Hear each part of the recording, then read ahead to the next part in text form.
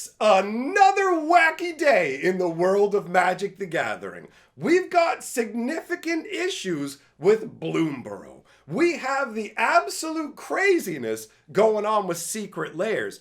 But there's something amazing going on in the world of vintage cubery. I couldn't believe it when I heard about it. Magic.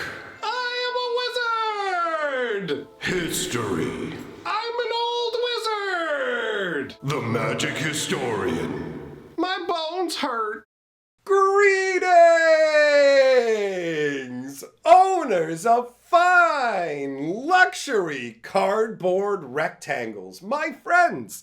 I hope the day finds you well because we have gathered for another glorious installment of Mega Magic News. We gotta talk about Bloomburrow, secret lairs, and that vintage cube craziness. So what we're gonna do is we'll start with Bloomburrow and we'll get the negative out of the way. And I will say, in terms of negative news, this is actually really on the low end of the scale. Sometimes there's a massive amount of problems, but Bloomburrow is actually pretty much a shining star in the magical sky. I have been absolutely loving it. There's a bunch of amazing artwork. It's not full of what feels like thrown away slush art like when we had the detectives from Markov Manor. It's not incoherent story-wise like Thunder Junction was. In fact, if you haven't checked out the Bloomburrow story, I suggest you go on over to my Fantasy Geographic channel where you can hear the entire story read by me. All right, so that's a good time. Bloomburrow overall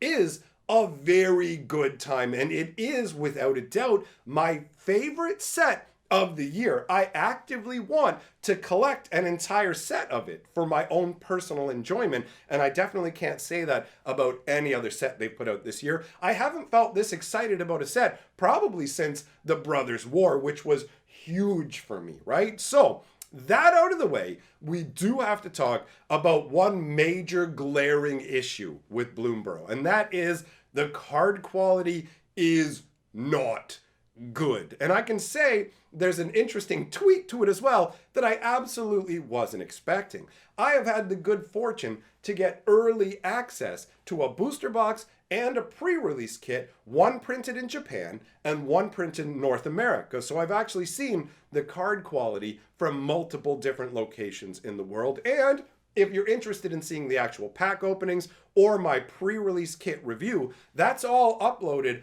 over on my live stream channel, Hatcher Stream. So you can go over there and see firsthand some of the stuff that I'm going to tell you about. Now, when it comes to card quality, we all know that it has gotten progressively worse, with really no end in sight, which is pretty frustrating considering that Wizards of the Coast, they want more and more money for their products, right? They keep amping, oh, we're charging 30% more for these play booster boxes.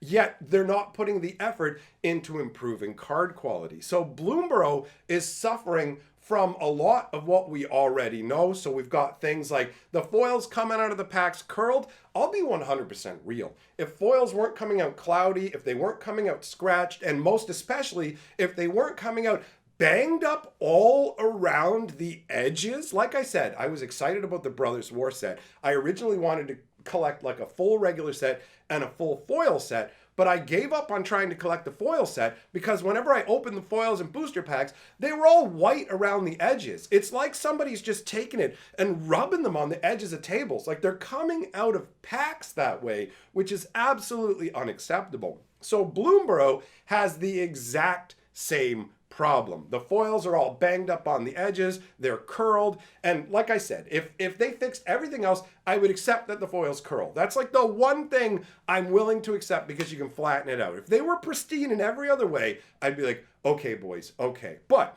you have this beat up edge foil, you also have the beat up edge regular card, and this is happening not just with the North American printings, but also with the Japanese printings. What's even crazier is the Japanese printings, which used to be the gold standard. Japanese printed boosters used to be incredible, to the point where Wizards of the Coast at one point said, yo, here's what we're gonna do. We're gonna print this set using our Japanese print process, which means you're gonna get improved quality. Well, the Japanese print quality is down the drain. The North American stuff that I looked at is actually printed to a better standard. I literally don't even know how they managed it. It's not like the North American printings got better. I don't want to give you a misunderstanding. It's that the Japanese packs have gotten noticeably worse. I was shocked because I opened the Japanese stuff first and then the North American stuff like I normally do, and it usually goes from bad to worse.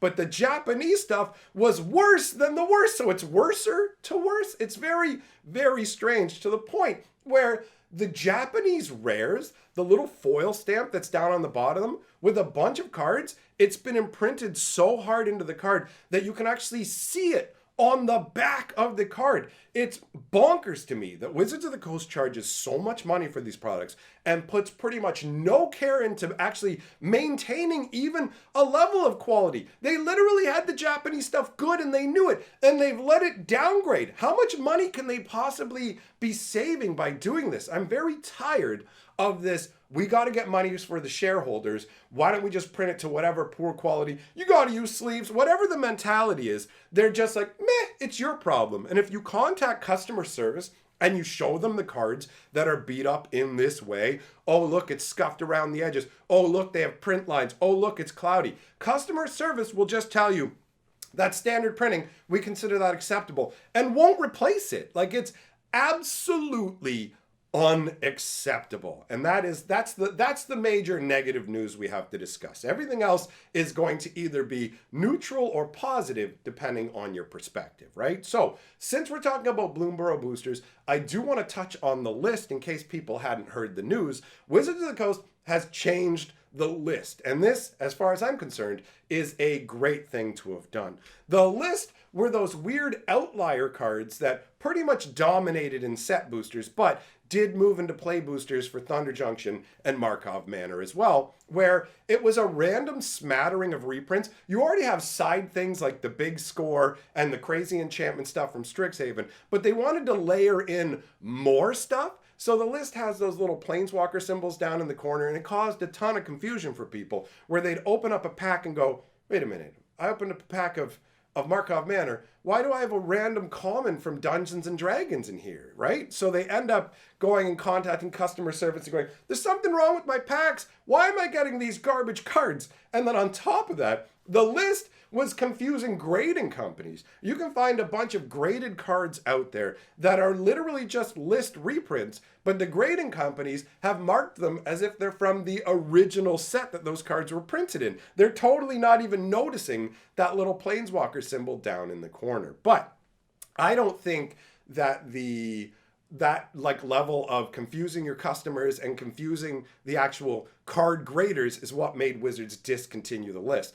I think they discontinued the list overall because they were basically running out of reprint equity, right? They've done 1 million reprints and there's only so many things to reprint, and the list was mostly stupid commons and uncommons that didn't make anybody excited. It wasn't something that really amped up sales. People weren't like, bro, I can't wait to see what crazy list stuff I get, because it was almost always worthless nonsense, and sometimes it would be cards that were literally from another set that's in standard at the same time. So it was completely baffling. But they've decided, the list is discontinued, but not discontinued. The list continues onwards as only special guests, but I didn't even know special guests were considered part of the list. I thought they were another thing. I thought we had the weird side things like enchantments and big scores, the list, and special guests. But they've decided too much confusion, more importantly, too much reprint equity being used up. So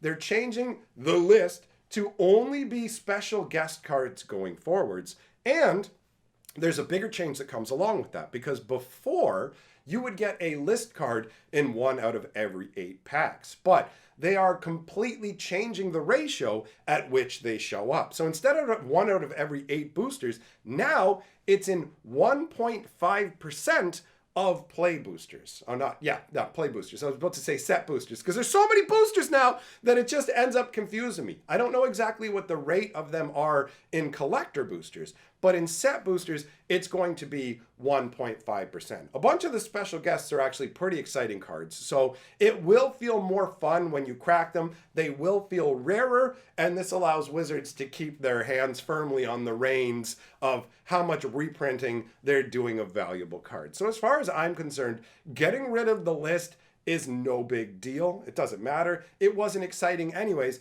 It just felt like extra garbage, and honestly, it makes sorting your collection incredibly obnoxious. You have to have a special section where you just go, okay, here's all my mystery booster cards and list cards and anything else they choose to put the Planeswalker symbol on. It became more and more muddy what was coming from where, and it's like, bro, if I have 3 copies of this one card from a set, and then I have another copy that's from a list, do I put it with these 3 so I have a play set when I go looking for it, or do I have to dig through other boxes?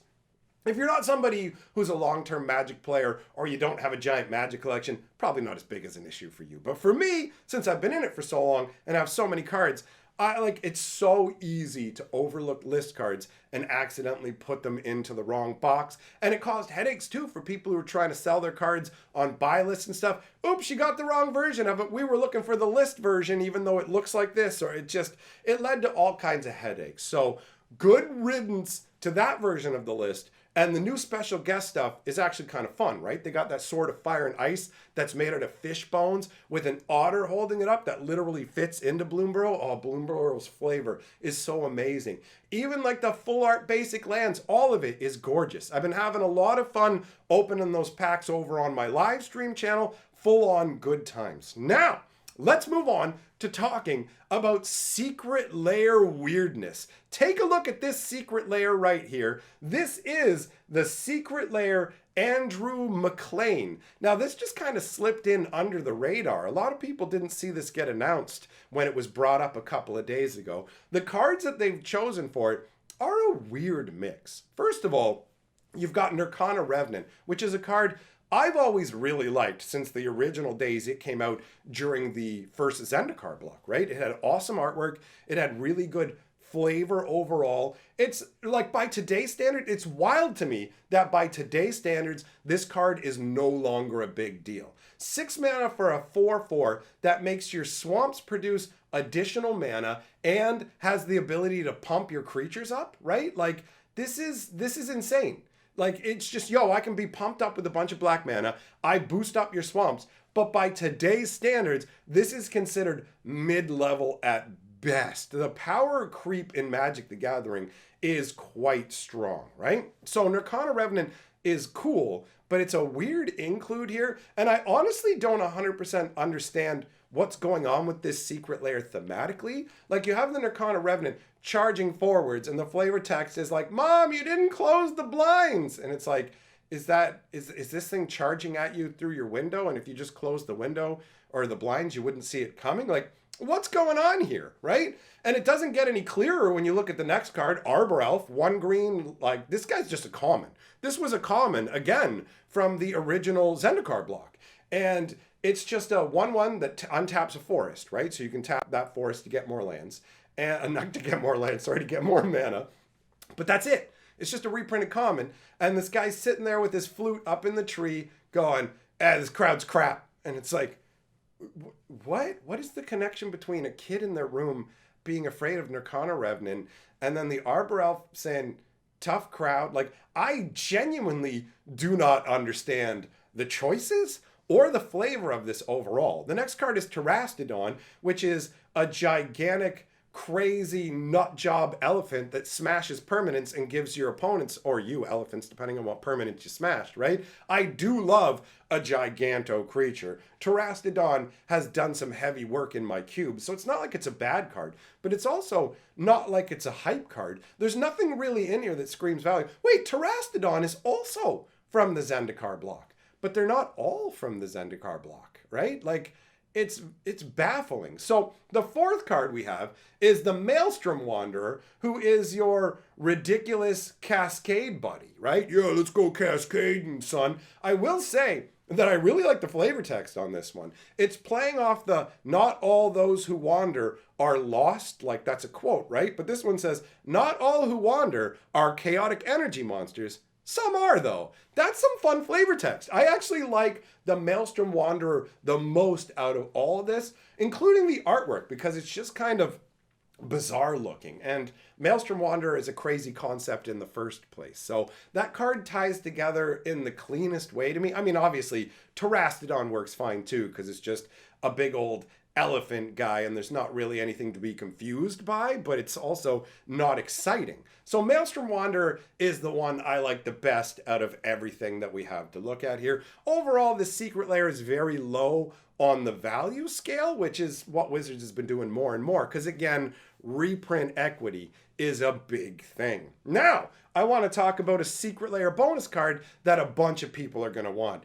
Take a look at this. This is the Hatsune Miku Command Tower. Now, Command Tower has been printed 1,000,000,001 times because Wizards has decided Commander is the #1 format in Magic, and Command Tower is something that anybody playing Commander can use. And if you have 100 decks, you're going to want 100 Command Towers. But this one is going to be extra special because it's Hatsune Miku. And Hatsune Miku has sold like gangbusters. Out of all the Secret Lairs that have been released this year, the 2 Hatsune Secret Lairs have just completely destroyed all the other ones. They sell out at light speed. So many people have come and complained to me, "Bro, I missed it. It went out on my lunch break. I blinked and it was all gone. I had to buy it from scalpers on the secondary market." Like, this thing is so hot that not only are Miku fans buying it, but a bunch of other people are buying it knowing they can then flip it to Miku fans. So this Command Tower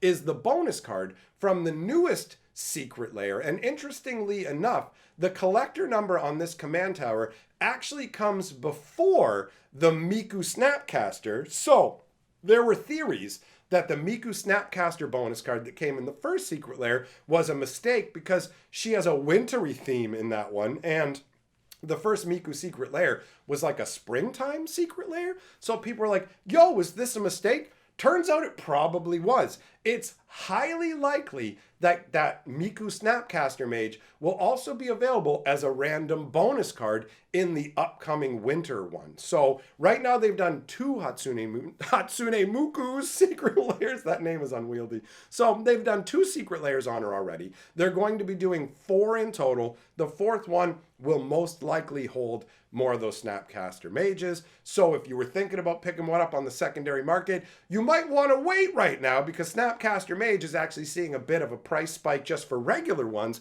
which is obviously going to bump up the Miku ones. And if more ones are coming down the line, then that should ease that pricing up a bit because they are pricey right now. And speaking of pricey, that leads us in to the Vintage Cube insanity. Now, I'm not talking about a digital Vintage Cube, right? Which is normally what the conversation is. It's like, okay, they've got a Vintage Cube on Magic Arena. They've got a Vintage Cube on MTGO. And this does technically tie into MTGO. But this is literally a physical Vintage Cube that we're talking about. And not some random jank bag Vintage Cube where, oh, technically it's vintage because it includes old cards. No, we're talking genuine jaw drop level vintage where we're talking about the Power 9, Black Lotus, Moxes, Time Walk, Time Twister, Ancestral, all that stuff where not only do you get to draft it, you get to keep what you draft. Imagine drafting full-on Moxes, Black Lotus, Time Walk, all that stuff, and getting to keep it. Take it from somebody who had those cards back in the day. They're a lot of fun to own. They're a lot of fun to play. And that old school original printing style unlimited artwork has some really deep saturation and looks gorgeous. So here's how it works. MTGO, Magic the Gathering Online, the old Magic the Gathering client that's been around for like 20 years, has teamed up with, I believe it's Ultimate Guard, right? That's who it is. So they teamed up with them and they're doing this crazy setup where you go and play in events on MTGO, right? And if you win the MTGO event, you literally get to go to a physical Magic Con event, like a Magic Fest in October. And there's going to be 8 different tournaments to determine a winners, right? All those 8 winners get to go and play in a special vintage draft where they pay for your airfare to go out there. They'll fly you out. They give you a hotel room, and then you sit down with 7 other lucky people. You get to crack open specially made boosters that are full of original power cards, and it's not just the Power 9. We're talking Candelabra of Tawnos. We're talking original Arabian Nights, Library of Alexandria, Bazaar of Baghdad, like full-on we're not talking about Wizards of the Coast doing Magic 30 reprints. These are the genuine bona fide original Magic cards. And even the lesser cards, like your regrowths and your balance, alpha and beta versions. So they are going ham with this. Now, they haven't listed all of the cards, but they've listed a bunch of the cards that they're going to be including, Wheel of Fortune, all that stuff. So tonight I'm going to do a live stream over on my live stream channel where we're going to go over this in more detail, how you end up qualifying for it, and the full list of all the prizes that they've announced so far, because there are a bunch of details. And honestly, this is a super hype concept. The fact that you get to keep the cards you draft, play in this event, get the free airfare out in a hotel room and everything, this is awesome, right? Like, that's genuinely